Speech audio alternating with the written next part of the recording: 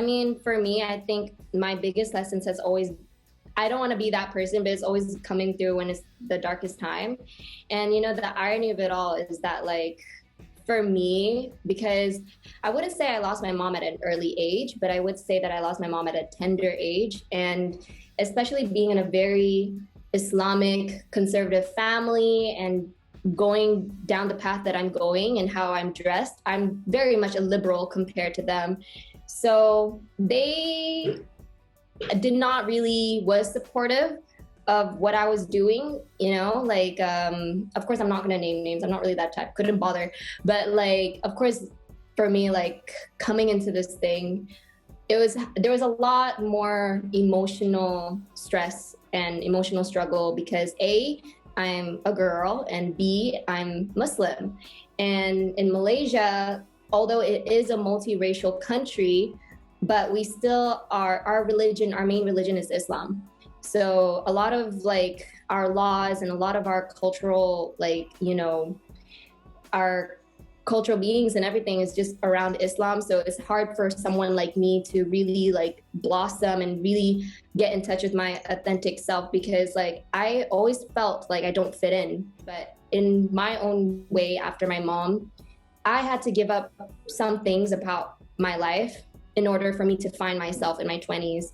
Aside from moving out, it just, I remember even coming to this music thing, I literally had not much in my bank account, but I only had my mom's spirit with me. So the only people that I had with me was me and my friends. And that, especially during the pandemic, because I stay alone, it's even harder because like there's really loud voices in your head. And when you're kind of like battling through, mental health, like for me, I got diagnosed with like severe depression and anxiety. It's really hard because like I'm trying to make ends meet for myself without no support from my family, or I didn't even bother wanting to ask my friends for help because I'm just that person. Like I take pride in my own hard work. And, I also have like pets to take care of. So for me, there are so many times where I just really wanted to give up because I'm tired. But then the thing that keeps me going is, yes, it is music, but the thing that keeps me going is life. Like, okay, who's gonna take care of my pets because they're just animals, like they can't go outside to feed themselves? Who's gonna like take care of my friends when like, if they hear that I do something stupid to myself, they're gonna like deal with this emotional like burden that I unnecessarily put on them. So basically that.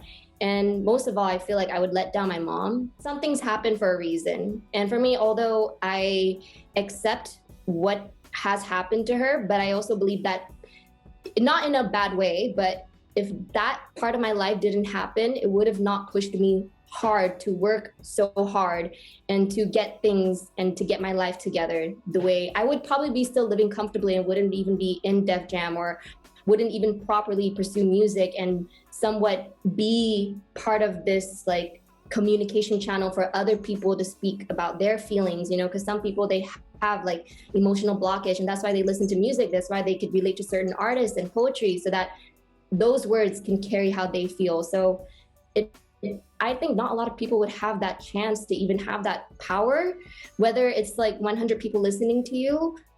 And that's where I kind of like just go back to being like, I'm grateful. I think it's finding appreciation in the littlest things. And like I said, I feel like a lot of people say that so often, but I don't think they really felt it or they really know what they're saying until they're really pushed to a certain edge. And obviously I don't wish that on people, but it's just like, I do believe in like everything you hear, the way you self-talk is really important. And I think that's the biggest thing that I've learned throughout this pandemic is your self-talk, because the more I succumb to the negative thoughts, especially when I'm living alone, the more I don't think I would even be having this interview today because I let those negative talks get to me. So for me, it's like, I remember like sometime around last year, it was over a phone. Like I broke my phone, but at that time I was financially struggling. And then I was thinking about how am I gonna like pay for rent next month? How am I gonna feed my cats? And then that's where it began, where I'm just like, all these little tiny living things is the reason why I'm living as well. We're a codependent ecosystem in this world. Like not only Like, do we all depend on each other, but we all need each other? Deal one thing at a time, what you can do for other people. If you don't want to do something for yourself because you feel worthless, fine, but at least do something for other people that would probably go a long way for them. And at the end of the day, for me, I'm also a spiritual person. I'm not a perfect Muslim. I don't pray 5 times a day, but like, I think there's a difference between spirituality and being religious.